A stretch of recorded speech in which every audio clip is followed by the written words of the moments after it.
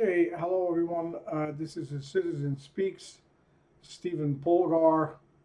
Um, I'm going to record the next episode, the seventh section of the story of S's life.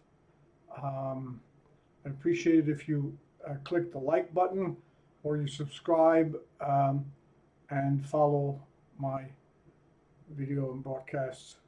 Makes it that much more worthwhile for me to be doing this. So let's get started. The next month was filled with new changes. The family spent 2 weeks in a refugee camp for the Hungarians outside of Salzburg because George no longer enjoyed the exclusivity that came with working for the Austrian Red Cross, and because this was set as a requirement for the preparation of the family's induction into the group accepted as new immigrants to the U.S. The experience thrust the family and the sensitive young S into the environment of his less fortunate countrymen. Crowded into communal living, they experienced the complexities of life outside the relative safety of their families. No matter how poorly run, even when filled with jealousy and suspicion, suppressed emotions confusing the children, it is easier for a child to navigate the mysterious waters of the family's life, the little lake that the family is, than to be thrust into the ocean of society. Those larger waters are boundless by comparison, and the child will be buffeted by its gales and storms. At the boundary between childhood and his teens, S had learned few skills needed to sail these waters. Having to just adjust to survive, he learned and paid with the pain which comes with being thrust into the unknown. Since he was old enough to be away from his parents on his own, playing with the children in the camp, he again experienced the wide variety of interactions that characterize unsupervised children, but now shaded by the distorted world of a refugee camp. Not ready to handle the intensive socialization, the children came into conflict and, influenced by the judgments inherited from their parents, formed alliances. That led to many unexpected results. S vaguely recalled the mixed emotions he felt around these children living in a camp. He was like an alien amongst them, a lot like with the boys in the playground at Parrots Cruz, where he was the bourgeois kid. This feeling of being an outsider, not belonging to the group, was now re-emphasized. Little did he know that this was just the beginning of a rejection of social pressure, of a heightened sense of his differences from groups of people. The sense of being an outsider was nourished by this experience and grew into being a part of his personality. It started him on a path fraught with the pains and struggles that result from suspicions about group thinking. Other than these vague memories, not much was left of those 2 weeks. Leaving camp and the trip to the U.S. remained most vividly. Along with the others chosen for the exceptional privilege which the children could not appreciate at the time, the family was driven by a military bus to the U.S. Air Base near Munich. There, in a fashion appropriate to their military guides, the whole group was briefed about the details of their flight to the New Jersey McGuire Air Force Base. The soldier, briefing the Hungarian refugees, spoke to them in their own language and with humor and a lack of pretense provided them the details they needed to know about the long trip ahead. Though Wes was too young to appreciate the contrast, the memory of the funny young man in his duty uniform speaking Hungarian was a stark contrast to the last door officious soldier who had questioned them in that language on the train to Szombathely. The long flight of 23 hours was preceded by a short trip to Shannon Airport in Ireland, where the propeller plane was fueled for the transatlantic flight. There, another friendly guide, this time an Irish airport employee, showed them around the building and told them about what to expect on the long flight and answered questions about Shannon and Ireland. The one memory which remained from the interminable flight was Catherine saving the plastic eating utensils as an example of the contrast between the exploited little Central European country which the family left and the marvelous US to which they were headed. There was no way for a 10-and-a-half-year-old to anticipate the impending magnitude of the differences awaiting them. It was an advantage the children had over the adults, since their imaginations were limited by the brevity of their experience. After the flight to the airbase in New Jersey, they were taken by bus to Camp Kilmer, an Army base where they received a semi-private section on the second floor of the converted barracks. The family of 5 shared 4 beds in the curtained portion of the open floor, which had previously contained the military cots of soldiers who had been housed there during and after the war. The complex was now modified to accommodate the large influx of Hungarian refugees. S and his family turned out to be among the last ones to spend time here, since after about 2 weeks, the remaining 30-odd refugees were moved to the St. George Hotel in Brooklyn. Novelties for the children included the magnanimous large breakfasts of bacon, eggs, hash browns, and toast with lots of orange juice or milk. There was also a special Pepsi dispensing spigot on the wall near the food service line. The children found this particularly attractive, though George quickly directed them to limit their intake of the sugar-filled soda. The strange environment of barrack life, which was a smaller version of the Salzburg camp, was not as unpleasant for S, probably because of the many new experiences and impressions of his and the family's first days in this new and dramatically different country.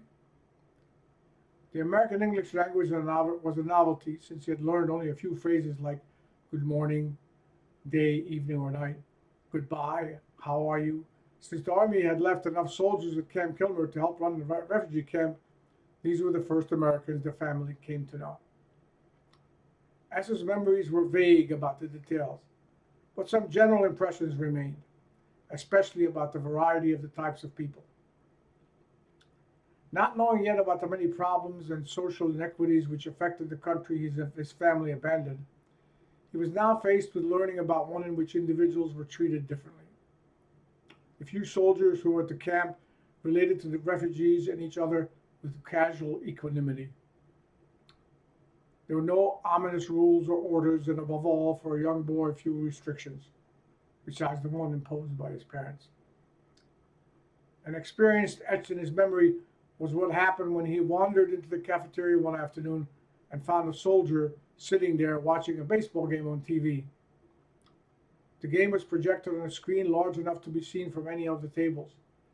The young man didn't talk to the boy, but leaning back in his seat, watched intently.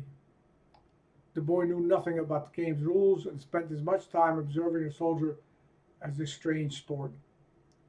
The slow unfolding of action on the screen was in stark contrast to what he had experienced watching soccer games either at a stadium or on a screen in Hungary. And it was nothing like running and kicking a soccer ball, keeping it away from opponents, or passing it to teammates. As for so many of his countrymen, this led him to lose interest quickly, and as for many of them, a prejudice against this slow game. Many years later, after having learned much about the sport from new friends, and most importantly, when he began to teach his first son its elements, he came to appreciate its nuances and share the interest of that young soldier at Camp Kilmer. He even found ways of explaining it and arousing the skeptical interest of Hungarian visitors to the U.S. Leaving Camp Kilmer became part of the family lore, a symbol of arrival and adoption by this great new country. The U.S. government decided to stop using the camp for housing Hungarian refugees, probably because of the cost, but also because they wanted to encourage the refugees to find their own ways independently of government support. The story of the Hungarian refugees was still in the forefront of the news because the country's reoccupation by the Soviet Army was a matter discussed at the UN Security Council, and there was widespread support among Americans for Hungary and the many hundreds of thousands who had fled rather than submit to more years of communist tyranny. As a result, there were many non-governmental groups and charities such as the National Catholic Welfare Council, along with Protestant, Jewish, and other smaller charitable organizations, uh, and individual donors available to help the refugees find employment and homes. The system worked well enough so that moving this last group to the St. George Hotel in Brooklyn for about 2 weeks was enough. A reporter and camera crew sent out to cover the closing of Camp Kilmer decided to use S's photogenic family to represent the refugees. The picture depicted George and Catherine dressed in the best Central European clothes they had available. Tall S wearing shorts, undisciplined hair topping his big head, Barbara dolled up within the meager limits of her available little girl wardrobe, and 2.5-year-old George wearing a white sailor hat, a shirt, and blue shorts, holding his mother's hand. Except the little boy, every member of the family raised his or her right hand, and waved to a soldier saluting them as they exited under a Welcome to America sign with the Hungarian version Isten hozta Amerikába beneath it. The picture over the story appeared in the New York Herald Tribune, one of the largest newspapers in the city. That became what the family termed in its American escutcheon. And since traditionally in Hungary these had been painted on dog skin, the family identified it as its dog skin parchment. The picture received a prominent place on the walls of the houses in which they lived in the coming years, and was passed down to the children, each of whom owned the replica, displaying it as a part of family tradition. Moving into the St. George Hotel in Brooklyn was a big change in the lives of the family, but particularly for the almost 11-year-old S. In 1957, because of its location overlooking Manhattan from its southern tip, it provided an unmatched perspective of the city. Soon after they moved in, S found a recreation room atop the hotel. It had a TV and a terrace from which the residents could look at the skyscrapers of Manhattan. When he walked out there or joined his parents enjoying the warm afternoon sun, he was mesmerized by the sight of the waters meeting just below them and the skyscrapers spreading north. That first view was imprinted in his mind as a metaphor for America. Great, strong, invincible. Those similes were added to that metaphor with additions and modifications over the years. The first image remained. For a boy who was less than 4 months ago left behind a torn, tattered, and suppressed city in Central Europe, one whose visage had been distorted and scarred, to now stand below the southern apex of this still growing city, projecting self-confidence, was a glimpse into possibilities he had not imagined before. This panorama and the implied expanse of a new perspective elated him as nothing had since they landed in New Jersey. His excitement and growing self-confidence manifested itself through his impatient exploration of the possibilities of the hotel, with its swimming pool and fancy restaurant, but above all a roof terrace and the adjoining rec room and its TV. Though his knowledge of English was limited to hello and goodbye and a few similar niceties and children's rhymes like the cow jumped over the moon and hickory dickory dock, the mouse ran up the clock, he decided to provide translations to Hungarian of TV programs for his fellow refugees, whose knowledge of the language was even more meager. He thus became the narrator for movies like Broken Arrow, starring James Stewart and Jeff Chandler as Cochise. But much of his translation depended on his own imagination rather than on understanding of the dialogue. His watching fellow immigrants appreciated it as if it had been supplied by special order of the hotel management. Such experiences, besides keeping us occupied and out of mischief, made the few weeks they spent at the hotel pass more quickly. His parents, in the meantime, were trying to make the necessary arrangements for the family to find more permanence. His father had contacted a well-known pediatrician pulmonologist at Johns Hopkins, who recommended him based on some familiarity with his writing describing tuberculosis treatments in Hungary. She helped introduce him to pulmonologists at the University of Pennsylvania, and he was exploring the possibility of obtaining a fellowship at that university. That prepared the family for a possible move to Philadelphia, which materialized because of the interest in George's background of professors like Dr. R.S. at the Children's Hospital and Dr. R.F., chief pulmonologist at the university, senior doctors interested in working with and helping Hungarian refugees. The move to Philadelphia began with a stay at a flop house of a hotel on Walnut Street near Broad.